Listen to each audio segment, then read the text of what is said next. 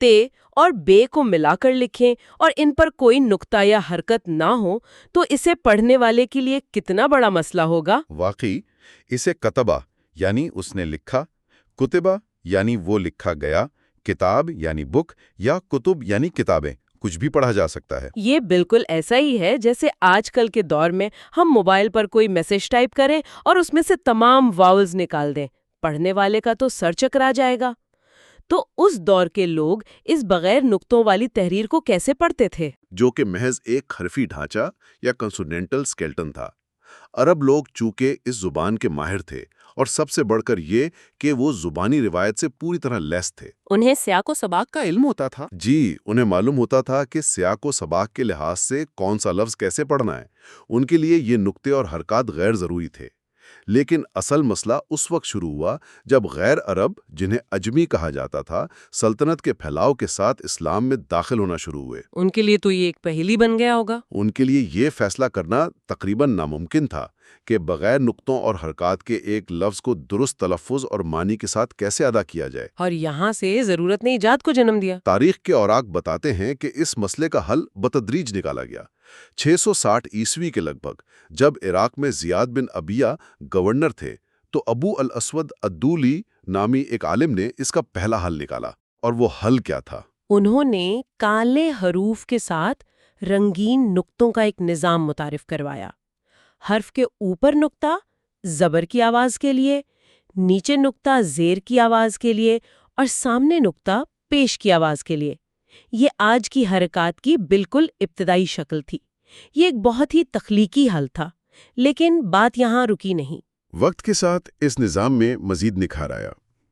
690 عیسوی کے قریب حجاج بن یوسف کے دور انتظام میں نصر بن عاصم اور یحییٰ بن یحمر نے ایک اور اہم مسئلہ حل کیا۔ انہوں نے محسوس کیا کہ نقطوں کی ضرورت صرف زبر زیر کے لیے نہیں، بلکہ ایک جیسے دکھنے والے حروف کو الگ کرنے کے لیے بھی ہے۔ جیسے بے، تے اور سے۔ جی، عربی میں بے، تے، سے، نون اور یہ کا بنیادی ڈھانچہ بالکل ایک جیسا ہوتا ہے۔ ان حروف کو ایک دوسرے سے ممتاز کرنے کے لیے وہ نقطے متعارف کروائے گئے جنہیں آج کی جدید عربی میں استعمال کیا جاتا ہے۔ 700 سے 800 عیسوی کے درمیان خلیل بن احمد فراہیدی نے میدان میں قدم رکھا۔ انہوں نے ان رنگین نقطوں کی جگہ باقاعدہ علامتیں بنائیں، یعنی زبر، زیر، پیش، سکون اور شد کی وہ شکلیں جو آج بھی 1400 سال بعد دنیا بھر کے نسخوں میں جوں کی توں موجود ہیں۔ خلیل بن احمد فراہیدی کا یہ کام واقعی لسانیات کی دنیا میں ایک انقلاب تھا، لیکن اس تمام ارتقائی سفر، ان نقطوں اور علامتوں کے اضافے کے باوجود جو سب سے اہم اور حیران کن نقطہ ہمارے ذرائع سامنے لاتے ہیں وہ کیا ہے؟ وہ کلیدی نقطہ یہ ہے کہ ان تمام تر اضافوں کے باوجود اصل الفاظ کی بنیادی ہجے یعنی اوریجنل سپیلنگ آج بھی مکمل طور پر اسی پرانے رسم عثمانی پر قائم ہے۔ بالکل، اس بنیادی حرفی ڈھانچے میں کوئی تبدیلی نہیں ہوئی۔ بعد میں آنے والی یہ تمام نقطے اور حرکات اصل متن کے الفاظ کا حصہ نہیں سمجھے جاتے، بلکہ یہ صرف پڑھنے والوں کی رہنمائی اور تلفظ کی درستی کے لیے شامل کیے گئے معاون اوزار ہیں۔ اگر اس پورے جائزے کا خلاصہ کیا جائے تو یہ واضح ہوتا ہے کہ اس کتاب کے طویل تاریخ میں محفوظ رہنے کے پیچھے 3 ٹھوس وجوہات کار فرما تھیں۔ اور وہ کیا ہیں؟ پہلی، زبانی یادداشت کا وہ مضبوط سلسلہ جو سینہ بسینہ چلتا رہا۔ دوسری، ابتدائی دور بھی تیار ہونے والے تحریری شواہد۔ اور تیسری، خلیفہ عثمان کا مقرر کردہ وہ جامع معیار جس نے کسی بھی لسانی اختلاف کی گنجائش کو ختم کر دیا۔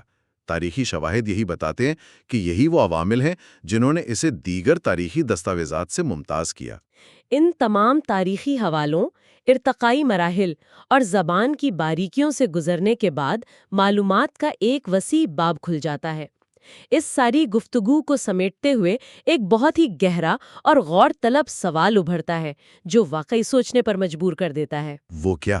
دنیا کی پوری انسانی تاریخ میں شاید ہی کوئی اور تاریخی دستاویز ایسی ہو جس نے بے وقت 2 بالکل مختلف لیکن ایک دوسرے کو سہارا دینے والے راستوں سے اپنا سفر اتنی کامیابی سے طے کیا ہو۔ ایک طرف وہ زبانی روایت ہے جو سینوں میں محفوظ رہی اور نسل در نسل منتقل ہوتی رہی، اور دوسری طرف ایک ٹھوس اور غیر متزلزل تحریری ڈھانچہ۔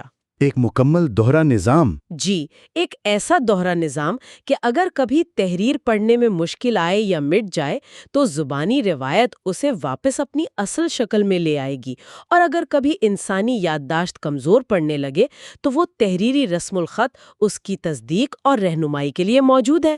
کیا انسان کی یادداشت کو سہارا دینے اور معلومات کو اغلاط سے بچانے کے لیے بنائی گئی یہ دوہری حفاظتی طے محض ایک تاریخی اتفاق ہو سکتی ہے؟